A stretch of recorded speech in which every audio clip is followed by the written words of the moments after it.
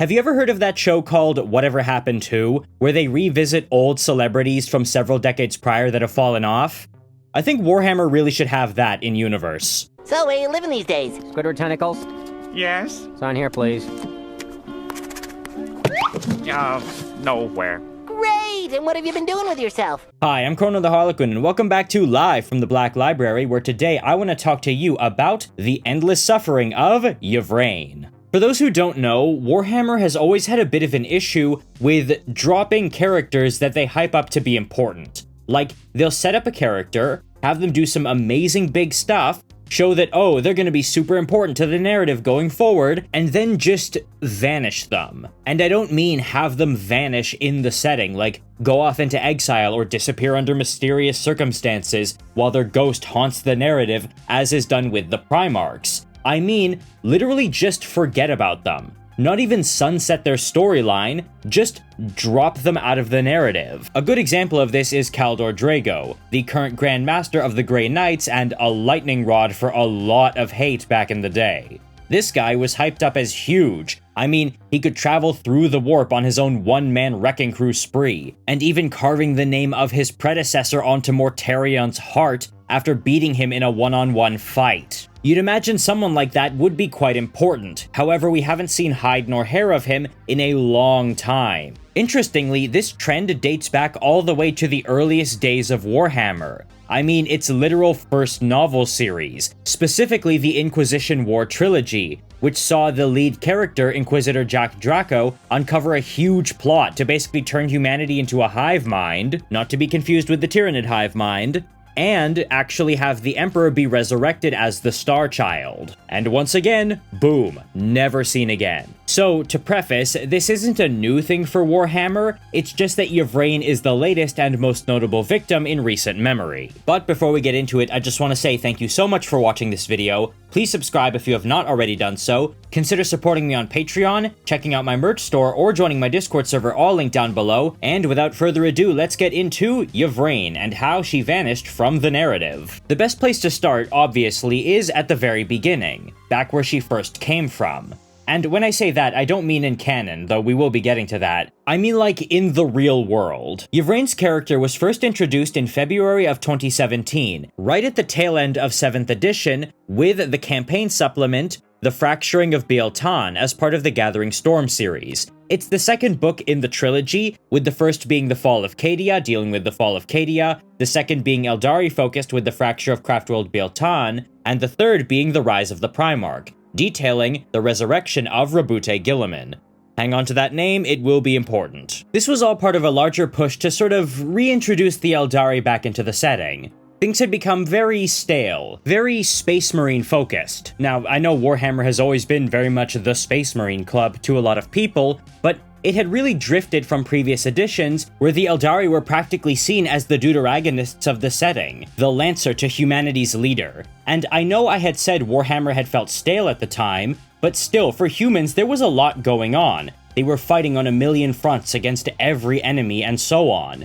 But for the Eldari, it was even worse, because, given their lore, there's very little incentive for them to do much of anything. The three main groups of Eldari, that being the Asuryani, the Drukhari, and the Harlequins, all didn't really have a good reason to do much proper fighting or advance their storylines. The Drukhari were safe in Camorra and could raid as they pleased. The Harlequins got to reside in the Webway and were some of the most dangerous fighters in the galaxy, and were barely even a faction to begin with. Yes, that does hurt me to admit. And the Asuryani were safe in their craft worlds. So, if ever there was an actual threat, and they could see it coming, they could just drive away. And that was made all the more pertinent when you consider the fact that most of the leading people of Asuryani society, or craftworlders, were literally farseers, people who could divine the future. And these craftworlds were very, very well armed and well defended, and as such the Imperium of Man tended to give them a very wide breadth. I even made a video on this discussing what faction in the Imperium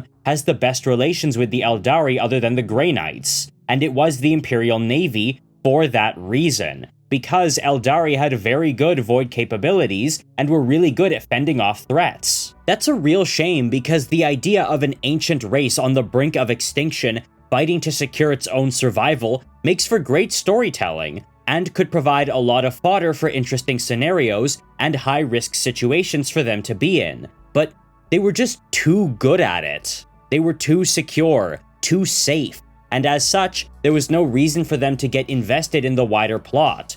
You could argue that sure, Exodite worlds could be a reason for the Asuryani to actually get involved if they are threatened, but how many times can that really happen? As such, narratively and campaign-wise, the Eldari fell into a pattern, where humanity would be engaged in a theater of war. Then the Eldari would show up either to cause some more problems, because they foresaw some threat or wanted to get in some raiding, or they would show up to help humanity, and then half the time from there they would then backstab humanity. To that effect, they had very few named characters that were allowed to develop. There was a huge dearth of actual personality on the Eldari front. You had Asdrubal Vecht, the leader of Camorra, and Lilith Hesperax, the most famous of all the Drukhari witch gladiators. There were essentially no named Harlequin characters that mattered. The Phoenix Lords, who are essentially just the Eldari's own Primarchs and as such kinda don't count, and Eldrad Ulthran, the de facto leader of Craftworld Ulthwé. And given the fact that the Drukhari are again sequestered in Camorra and the Phoenix Lords are basically absent from the narrative, it was really only Eldrad Ulthran holding up the entire Craftworlder Asuryani faction.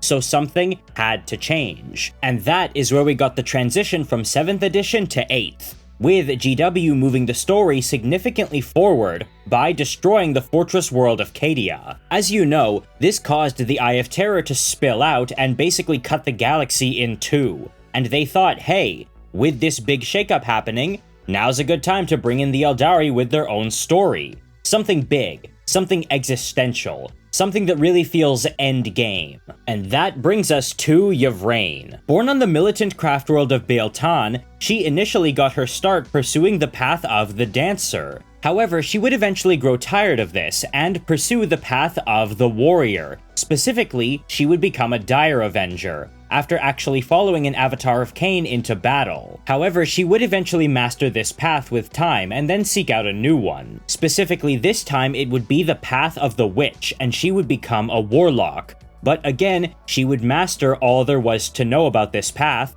and then again grow bored like she had before. I feel like there's a chance you might be noticing a pattern here. This would lead her down the path of the Outcast, where she would eventually make a name for herself as an Eldari Ranger. But that feeling of restlessness would never leave her, and it would all come to a head when her band was traveling with some Eldari Corsairs. Feeling the quote-unquote call to the void, she would, if you'll excuse the pun, jump ship from these outcasts and become one of the Corsairs. Here is where she would truly begin to make a name for herself, earning the name Amharok, meaning Pitiless One, for her ruthless efficiency as a commander. But despite bringing in vast riches and fame for herself and her crew, they always viewed her with suspicion because of the reputation she had garnered for jumping from path to path instead of continuing onward with them. Here's the thing about Eldari. It's not uncommon for them to shift paths at least once or twice in their lives, but generally speaking, they'll settle into a specific path or field and then continue to cultivate that,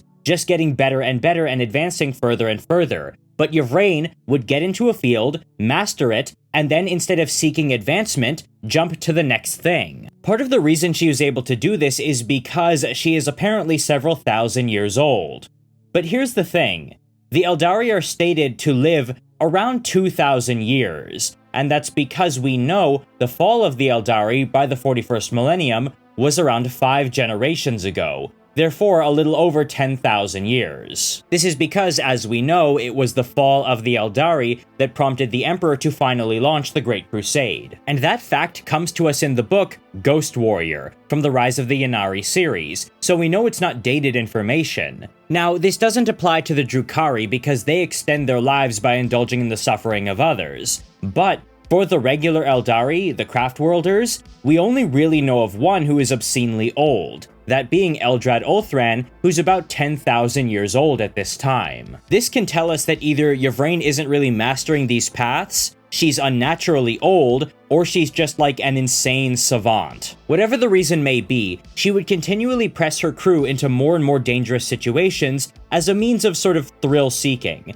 and would eventually be marooned by them in Camorra. However, as with all things, she would find a way to survive and thrive, first eking out a living on the streets of the Dark City, before eventually being able to join one of the witch cults of gladiatrixes. Utilizing her essentially several lifetimes of experience, she would rise through the ranks and become very famous in the Dark City, drawing in huge, high-paying crowds to her matches, earning the nickname the Daughter of Shades. However, despite reaching the rank of Succubus, basically the highest rank for a witch gladiator, she would always remain controversial because of her odd heritage, and the fact that she wasn't endorsed by Asdrubal Vecht, the leader of Camorra, but instead his former lover, Lady Malais. Still, her star would continue to rise until she was seen as a genuine rival to the greatest gladiatrix of them all, Lilith Hesperax, the Queen of Knives, and a fight would be set up between the two. And to put this into perspective, this wasn't just a fight.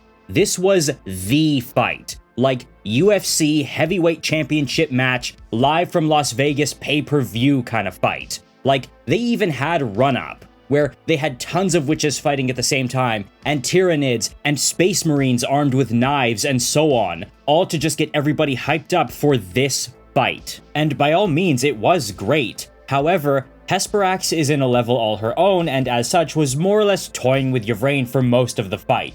However, she did start to get serious when Yvraine basically started hulking out on her, but eventually she would land a mortal blow by stabbing Yvraine right through the sternum. She would then go on to face other opponents in the arena, assuming Yvraine was as good as dead, but Yvraine actually managed to stay in the fight. However, that was not to last, because she would then be drawn into combat with a priestess of the crone goddess Morai Heg, and while normally this would be someone that Yvraine could turn inside out, here she gets absolutely taken apart. Literally, with her hand being severed at the wrist. But she still wasn't done, because she would then leap onto this priestess and start biting her face off. And it's with that wonderful visual that we get this. Howls of derision and delight mingled in the arena as Yvraine struggled in close, teeth still in her enemy's flesh. She wrapped her arms around the swordsman's neck in a choke grip, and desperately struggled to suffocate her. Summoning the last of her strength, Yvraine squeezed. Her legs were numb, her wrists masses of hot pain, but as ever, anger and fear gave her strength. The priestess shook and spasmed, but could not break free. Her struggles ebbed as her breath abandoned her. Yvraine was on the cusp too. She saw spots of black dance across her eyes, which then grew to obscure her vision entirely. Locked in a mutual death grip, the two combatants shuddered, sighed, and passed to the threshold of mortality. Then, as bright as a captive sun, a tiny star burst upwards from the sands of the arena and consumed them both. Yvraine's eyes flew open, milk white and glowing. She screamed as she felt a new dimension of awareness blossom in her pain-addled mind, obliterating the petty concerns of her previous life. Something vast had risen from below, after the crone warrior's death, pressing into Yvraine's soul with the force of a tidal wave. It would not be denied. In her mind's eye, Yvraine saw Ynnead. He was a shooting star from a crystal moon, then a shimmering constellation, a trillion points of light that glowed in the outline of a solemn face. The god of the dead's immense eyes fell upon her, and even though the slitted orbs were all but closed, the thin sliver of awareness that he focused upon her was excruciating. His merest scrutiny bared her soul, and in that moment she was claimed utterly and forever as his own. This was a legend made real, the most remote of possibilities wrought in starlight. The apparition was so bright that it seared itself into Yvraine's consciousness forever, making her blind to anything other than its glory. Then, the godly star mirage breathed a single word, a whisper, yet deafening in its intensity. Daughter. Bow waves of mystical energy exploded outward from Yvraine's body as she was raised up by an invisible hand. Off-white, they crackled like an electromagnetic pulse across the arena's western quadrant, and into the stands of the aghast spectators. Wherever they touched Eldar flesh, the energies took hold of the unfortunate individuals and withered them away, turning the audience into nothing more than a horde of blood-slicked skeletons. The largest Tyranids, slowed but not slain, stormed into the crowd in a series of blood rampages. True-born marksmen opened fire with dark lances and splinter cannons as the violence escalated. Some took shots at the calamitous succubus that had laid low their masters, but every beam and projectile was deflected from Yvraine's cruciform body. She rose higher, aglow with an aura of unearthly power. Her wounds, alight with white fire, healed over. Even her left hand, severed at the wrist, was restored, formed from building energy that coalesced into a stylized gauntlet of ancient design. From here, everything basically starts going to hell in a handbag, with a giant bright light enveloping part of the arena and a demonic incursion occurring right below their feet, with them bursting up into the arena.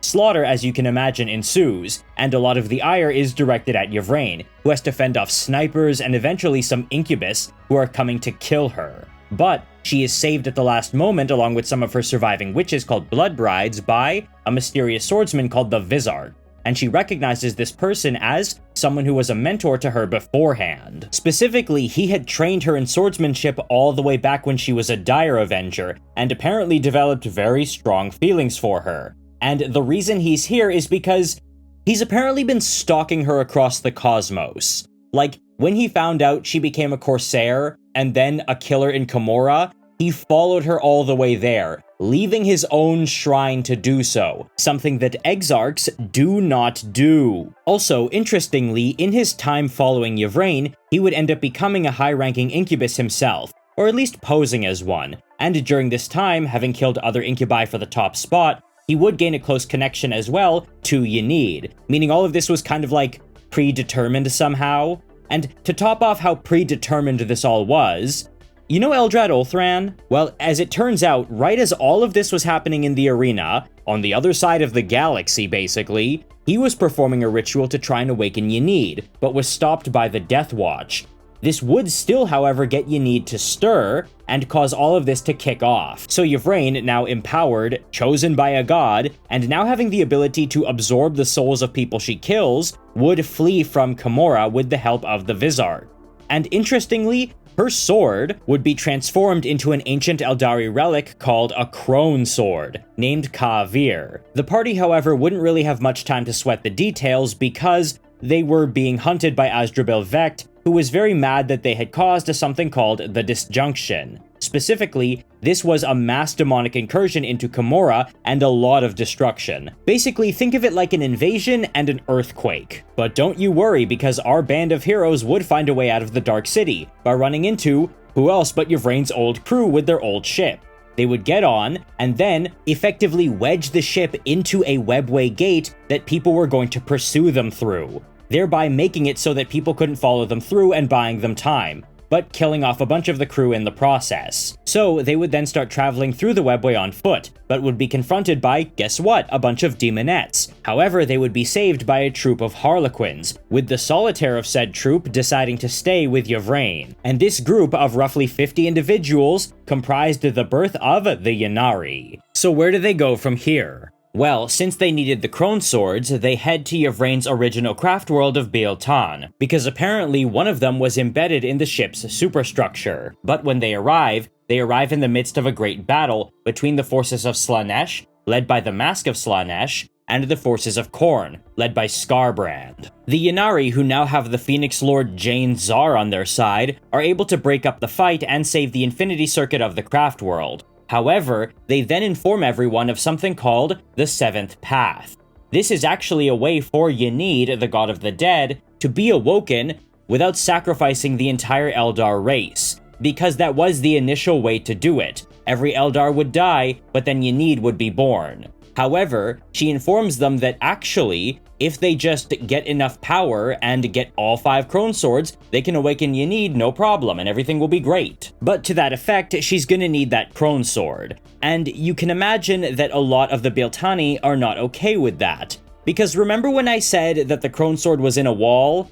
Yeah, apparently that was a load-bearing wall. Because the second she pulls it out, against the protests of everyone around her aside from the Ynnari, the whole place starts coming down. However, something very interesting happens. A breathless moment passed, and there was a thunderous boom as Yvraine pulled Asuvar from the wraithbone spine of Craftworld Biel-Tan. She drew it forth, as if the iron-hard ground were no more solid than a pool of water. Then she held it aloft, dripping psychic byproduct. The great blade burned with such fell light it seared the eyes to witness it. Yvraine screamed in a mixture of triumph and pain as incredible energies seared through her. She did not let the blade fall, for to do so was to damn her race to a slow extinction. This was a key as much as a sword, one of 5 such keys that unlocked the last true hope, hidden long ago by the prescient goddess Morai Heg, in case the doorway to death itself needed to be flung wide. Underfoot, the craft world shook as if it were in the throes of an earthquake. High pillars split, cracked along their length, and toppled to crash amidst billowing clouds of dust into the forest below. A million departed souls cried out, released from their bondage in the Infinity Circuit, where the ravenous demons of Slaanesh roamed on their gluttonous hunt. The seismic shivers of the world ship intensified, becoming an eruption. "Arise," cried Yvraine, "arise and live." Something terrible burst forth from the shattered wraithbone of the world ship. Swathed in ectoplasm, it was a towering monstrosity of twisted bone and shimmering souls, both terrible and beautiful all at once. The gathered Biltani clutched at their eyes, their hearts, their ears. They staggered and fell, clinging to the rubble of their beloved home, even as it turned black and broke apart before their eyes. Amongst them stood Yvraine, glowing bright as she rose up into the air with a cry of fierce joy. The apparition before her spoke a word of deafening silence, and the void itself shook in response. The Incarn, godly avatar of Ynnari, had risen. So let's recap quickly. Yvraine first got famous but could never be satisfied with it, literally was abandoned by her crew, got ripped apart in the arena, had to be put back together, and now immediately destroyed her home craft world by summoning effectively the avatar of her new god. Oh, and by the way, everyone does blame her. In fact, she very nearly dies and only escapes Biltan with her life because Craftworld Ulthwé managed to open some portals for her and her crew to get out of. This would lead to the aforementioned Eldrad Ulthran actually joining Yvraine's side, lending her a lot of legitimacy in the eyes of many Eldari. Because if someone as big as Eldrad supports her cause, she's probably not coming from nowhere. And another supporter she has on side is Lilith Hesperax, the woman who damn near killed her in the arena. After this, Yvraine would be involved in some of the actions that she's most famous for, specifically her confrontation with Azek Ahriman of the Thousand Suns, and her role in the resurrection of none other than Rabute Guilliman, Primarch of the Ultramarines. Now, people tend to know about these things up and down, so I'm not going to cover them in too much detail, but basically what happened was, Yvraine and the Ynnari were on their way to Cadia to meet with some of the Imperial survivors of the world's destruction. However, they would be confronted by Azek Ahriman and the Thousand Suns in the Webway, where Yvraine would actually resurrect some of his Rubric Marines, showing Ahriman that it was possible, given that this was actually the entire object of his personal quest and his exile, to undo the destruction he wrought on his legion by destroying them with the Rubric. However, their story ends when Ahriman tries to go and get them after Yvraine throws them into the void. Thereafter, Yvraine meets up with Saint Celestine, Inquisitor Greyfax, and Belisarius Cawl, and they all then head to Ultramar to revive Rabute Guilliman, who has actually been in stasis for almost 10,000 years after being almost killed by Fulgrim wielding a poisoned sword. However, this would actually involve Yvraine killing Guilliman, so that the power of Ynnari could resurrect him, along with the help of Cawl's suit of armor called the Armor of Fate, both of which are needed to keep Guilliman alive. This would forge a healthy alliance between humanity and the Eldari, especially the Ynnari. And here's a quick aside, that whole thing with her resurrecting Guilliman was a bad thing for her character. Like, some people would say it was great for the narrative, and I think it did add a lot of interest and move the story forward, but for her character personally, it was a disaster, because in the eyes of so much of the community, she just became, quote-unquote, Guilliman's girlfriend. Even though the relationship between the two is frosty and tense and never has even a second of warmth at all, people just turned her into his girlfriend. There's so much art and fanfiction, it boggles the mind. And you want to know something sad? All of that art and fan content just has her living with him as essentially like his wife. None of it is about her journey or what she's trying to do or her storyline at all. Like, people just assume she forgot all about the Eldari race and just moved in with Guilliman. And sure, I get it, it's fun, it's cute, it's just a fan thing, it's just having fun, but still, there was such a degradation of her character in the eyes of the fandom here that a fair percentage of the fan art of her and Guilliman literally has her drawn without her prosthetic hand. as though people forgot it was a prosthesis and just thought it was a fancy glove, so just drew her without it, or forgot it was part of her design altogether. Now, obviously, I'm not going to put up anyone's fan art when I say that because I don't want anyone harassed and I don't want to put anyone on blast, but still, you got to admit, that is just unfair. From there on, the rest of their lore is kind of just a lot of nothing. Like, it's them bumping around the galaxy, allying with some Necrons briefly after fighting them, helping save Craftworld Eandon and Craftworld Ulthwé here and there, you know, building up their reputation, and essentially just seeing the sights and going on their little faction creation honeymoon. And the reason I'm kind of just yada-yadaing all of that is because aside from Yvraine's rise in the arena, the fracturing of Biel-Tan, the introduction of the Crone Swords plot, and the resurrection of Guilliman, nobody really cares about much else. And it really makes me think, this is a lot. Why did this all have to happen right this second, right now? Like, that should have been like an edition's worth of things, but instead it was all crammed like right into one instance. Like everything I've discussed, and a fair bit more besides, that I'm just cutting for time and for ease of listening, occurs in The Fracturing of Biel-Tan, The Rise of the Primarch, Psychic Awakening Phoenix Rising, and then the two novels, Ghost Warrior and Wild Rider, and that's it. And it really makes me think that GW just forgot how to introduce actual factions. Like, it's been a long time since we got a new faction brought into the setting. Like, as far as I can tell, the most recent faction introduced into the lore was the Farsight Enclaves back in 4th edition, like a lifetime ago. And barring factions that existed in the lore for a long time but just now got their own standalone releases, the only really new factions, quote-unquote, are the Leagues of Votann and the Ynnari, both of which had their introductions absolutely bungled by Games Workshop. And the more I thought about why the Ynnari release felt so off, I realized something.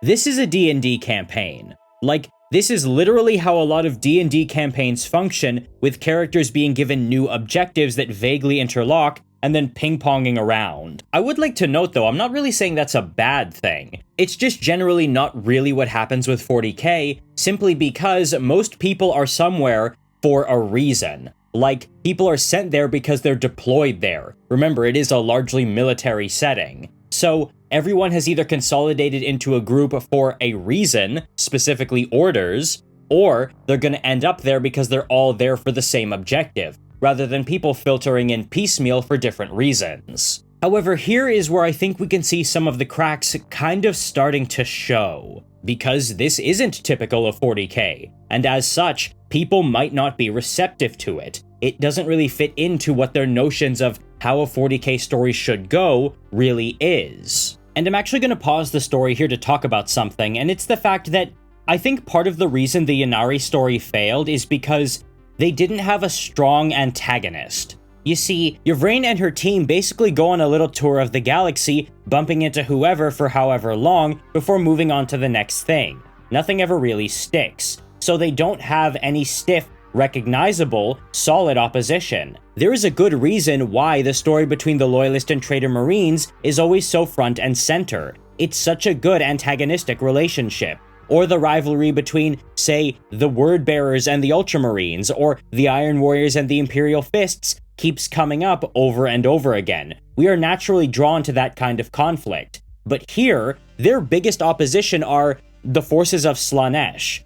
Not the Emperor's children, just Slaanesh the demons. And sure, that does make sense, but it's really not good enough, because demons themselves and the forces of chaos are not substantive enough. They're not characters enough in their own right to really warrant that. There's been some work to make Nurgle kind of like that, but it's still only getting there. That's why, for the invasion of Ultramar, it had to be led by the Death Guard and Mortarion, because that relationship between Guilliman and Mortarion, and the Traitor Marines versus the Loyalist Marines, allows Chaos and Nurgle to have skin in the game and keep us emotionally invested. So, the Ynnari really should have been going up against the Emperor's children. Slaanesh should have sensed the awakening of Ynneed and thought, oh, that's bad, I'm gonna call my Marines and get them to do something. Then you would have the Emperor's children grappling internally with, how much can we attain our own pleasure-seeking if we're following the bidding of this god? Or, how much are we puppets of Slaanesh, and how much freedom do we really have? Because a lot of this was about freedom for them.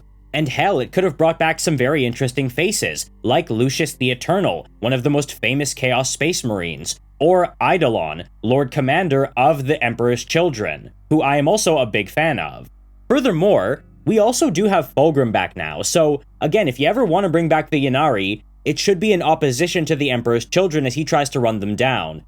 It's actually funny, when Fulgrim's new model came out, he was shown wielding a bunch of swords, and there was a lot of speculation that one of them was the last Crone sword. However, I can't really find any evidence to support the fact that it is, and it doesn't exactly look like it, it just kind of looks like the rest of his armor, so it feels like something he just conjured into existence. It's not like he got the last Crone sword from Slaaneish's palace. But could you imagine if he did?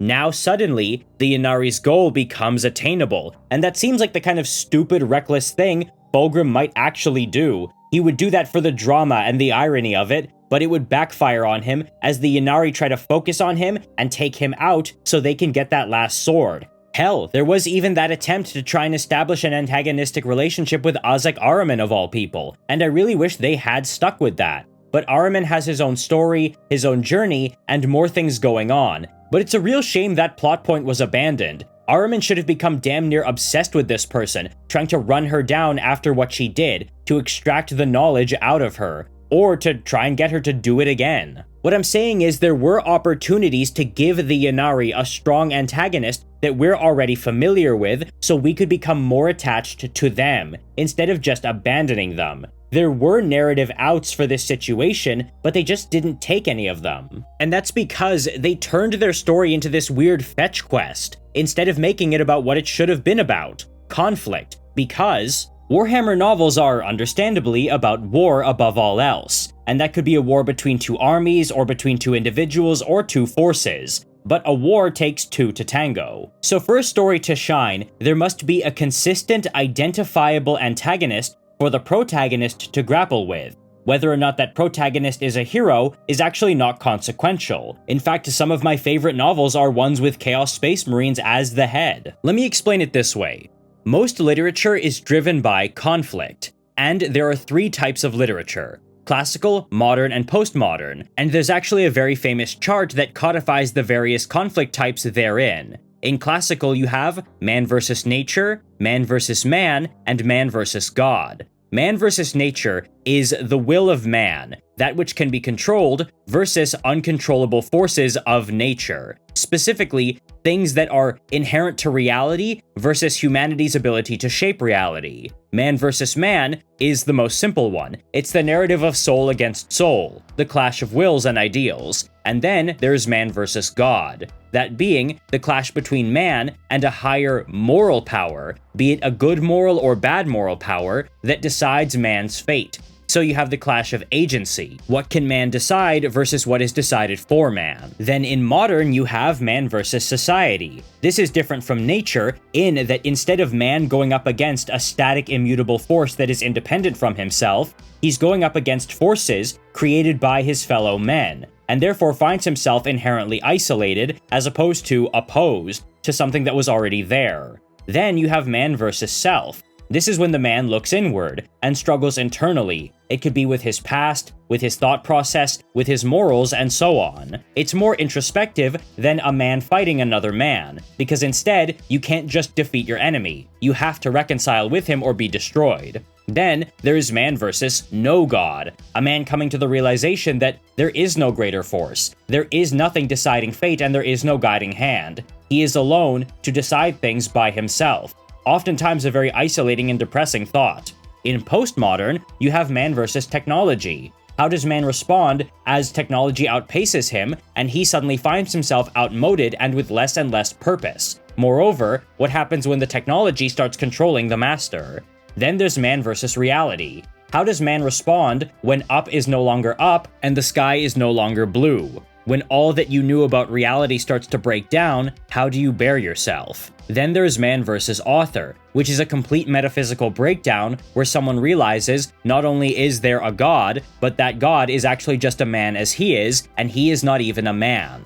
Now, Warhammer 40,000 is generally speaking not postmodern. It does have some elements here and there, but it does fall more into the classical and modern forms of literature. Most Warhammer novels can be divided into actually a few of these. Man vs. Man is the most understandable. You will have two people opposing each other on a battlefield, usually with others at their sides, to see who comes out on top. There's also Man vs. Society, when characters come up against the very difficult structures of the societies they live in. The best example of this is, in my mind, the Vaults of Terra series by Chris Wraith, because you see Inquisitors and those who want to do good coming up against the very rigid social structures and rules of the Imperium. Man vs. God and Man vs. No God also come up quite a bit. A good example of Man vs. God are many Chaos stories where Chaos Space Marines have to struggle against their literal patron god, who's trying to push them one way, where their noble warrior soul wants to sort of take them in a different direction. Man vs. No God would actually be the Eisenhorn series, where Eisenhorn has to come to terms with the fact that the religious rules of the Imperium are not actually perfect at all, and sometimes the Emperor doesn't protect, and you have to figure things out for yourself, which can actually lead to some very dark places. Man vs. Nature can often come up when characters are facing enemies that seem more like forces of nature rather than actual characters, such as the Orcs and the Tyranids. Yes, the Orcs do have some characters, but they're not really characters or people unto themselves. They are essentially a force of nature. I mean, they are literally a fungus. And the Tyranids take that even further, having literally no characterization or detectable cognition at all. And even in a way, fighting the forces of chaos can also be kind of like Man vs. Nature, given that they do represent dark natural forces. And lastly, Man vs. Self can be very interesting in the context of Warhammer, as characters grapple with their own internal doubts and perceptions, with the backdrop of all this war, conflict, and suffering. In fact, the Ozzik Ahriman series is very much Man vs. Self, as Ahriman seeks to grapple with his past, his future, where he's going, the people he's alienated, and how he should go about achieving his goals, or if they're even achievable to begin with. Oftentimes, books will also hybridize these. For example, the book Hell's Reach is actually a mix of Man vs. Nature and Man vs. Self. Grimaldus is full of self-doubt, doubt that he must overcome in order to engage with nature, that being the orcs. The Ynnari problem, though, is that it kind of does none of these. In reality, it could have been a very interesting interplay between man versus nature, with these Eldari going up against the nature of death itself,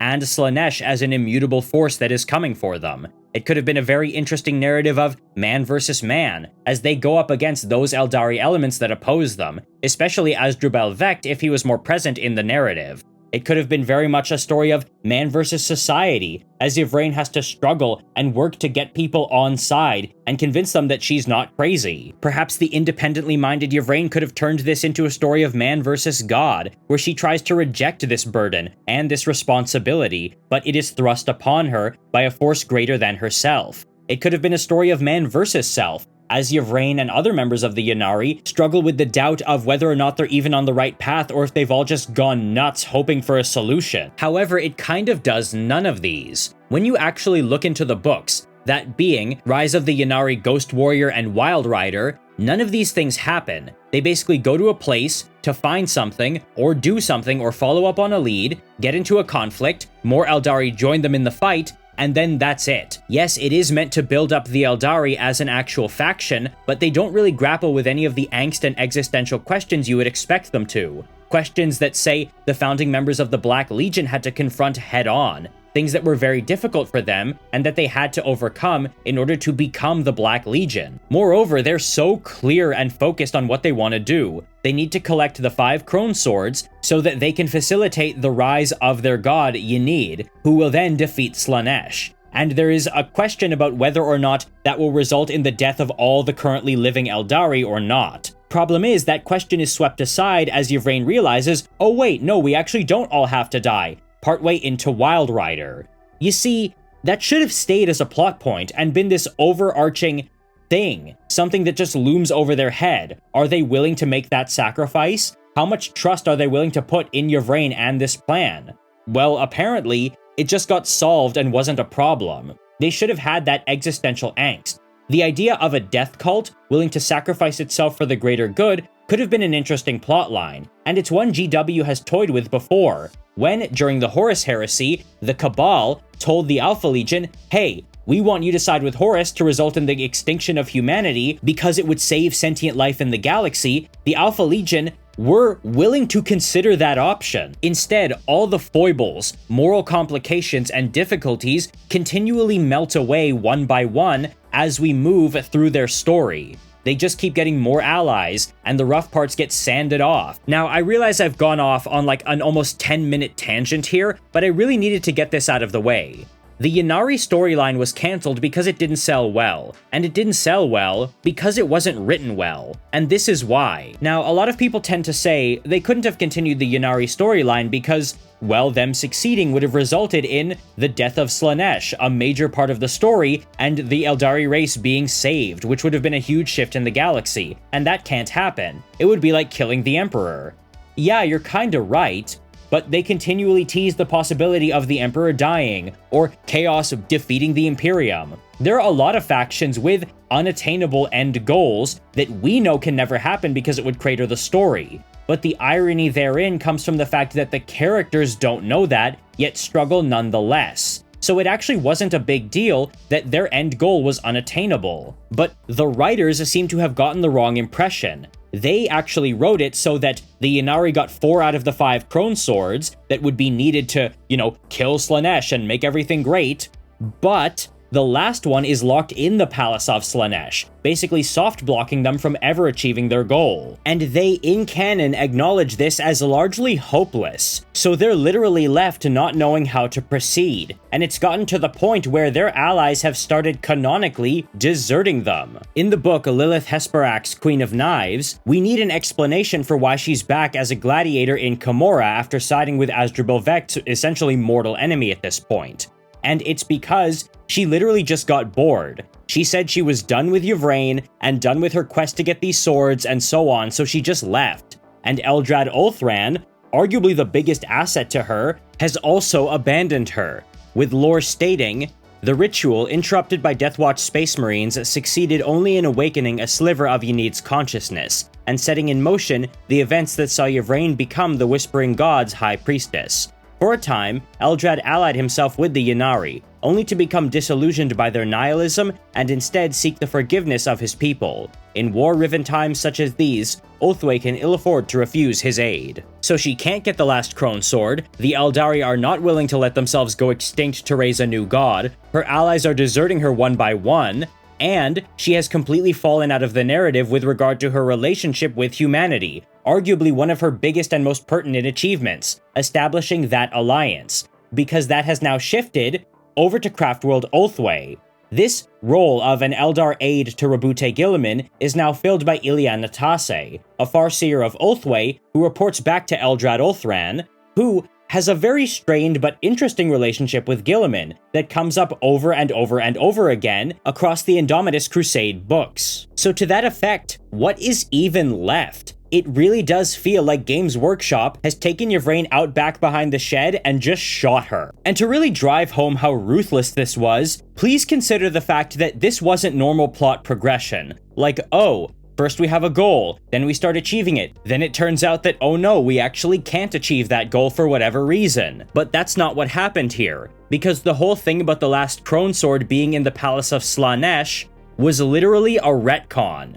Arguably, the fastest retcon in GW's history. I'm talking Texas Red had not cleared leather kinda fast. You see, the Rise of the Ynnari book series was released in 2017 and 2018, and generally speaking deals with the events and situation of the Ynnari after the Indomitus Crusade and awakening of Rabute Guilliman. And by the end of those books, in Wild Rider, they're still looking for the last Crone Sword, and are all in agreement that it must be found, in order to avoid killing off the entire Eldari race, and really having a chance at defeating Slaanesh. Sounds sick, right? But in 2019, a year after, GW would release Psychic Awakening Phoenix Rising, a campaign book which takes place before and during the Indomitus Crusade, as in before the events of the Rise of the Ynnari series. And in that, it is stated that the last Crone Sword is in Slaanesh's palace, thereby making their goal unachievable, and they dismay at this. From Phoenix Rising: When she first set out upon her quest, Yvraine harbored hopes that she could gather those 5 blades and so forge a chance to awaken Ynneed without having to usher her species to the brink of extinction. It was Shalaxi Hellbane that shattered that hope, tormenting the fleeing Yvraine with a waking vision of the last Crone Sword. The blade had been plucked from Belial IV and spirited deep into Slaaneish's dark palace. In that moment, Yvraine knew in her heart that the vision was true, and that the path of blades was now closed to her. There was only one way now to defeat She Who Thirsts. So they literally waited a year to rewind the timeline and then cut off that plot point. And the reason I call this video The Endless Suffering of Yvraine is because she was the faction. Like, the other characters already existed in other factions and beforehand, and nobody really cares about whoever the hell the Vizark is. It was all the Yvraine show. So she took the brunt of the impact when GW decided that they hated her. And it's not even like with other retcons where they just ignore something, they went out of their way to undo everything. Oh, the sword plot point? Yeah, that's gone. Oh, Eldrad? Yeah, he left. Lilith? Oh, she literally told Yvraine off to her face. Just literally undoing everything. And now in the lore, the Ynnari have been reduced to not this rising hope that more and more Eldari were looking to, but rather a small niche faction of crackpots. Like, they do still exist in the lore, they're just seen as these weirdos off in the corner. Like, of course they're never gonna actually get rid of a faction after they've already sold merchandise for it, and people are still buying some of the miniature stuff for them, but still, imagine getting invested in a faction and then having the company reduce them to being like the Heaven's Gate cult or something. Because since the Crone Sword option is no longer there and everyone has to die to birth Ynneed, that is essentially what they are now. Like, at this point, my advice to Robute Gilliman is, if you ever happen to see her again and she offers you some Kool-Aid, don't drink it. But what do you guys think? Do you guys believe the introduction and handling of the Ynnari was just as good as it needed to be? Or are you actually happy they're out of the lore because you viewed them as like a distraction or a pointless endeavor anyway? Do you guys wish GW had handled them better, or wish they would return to the lore properly? As always, I would love to hear what you guys have to say in the comments below, as I do read every single one. Please subscribe if you have not already done so, consider supporting me on Patreon, checking out my merch store, or joining my Discord server, all linked down below. And until then, I will see you in the next video.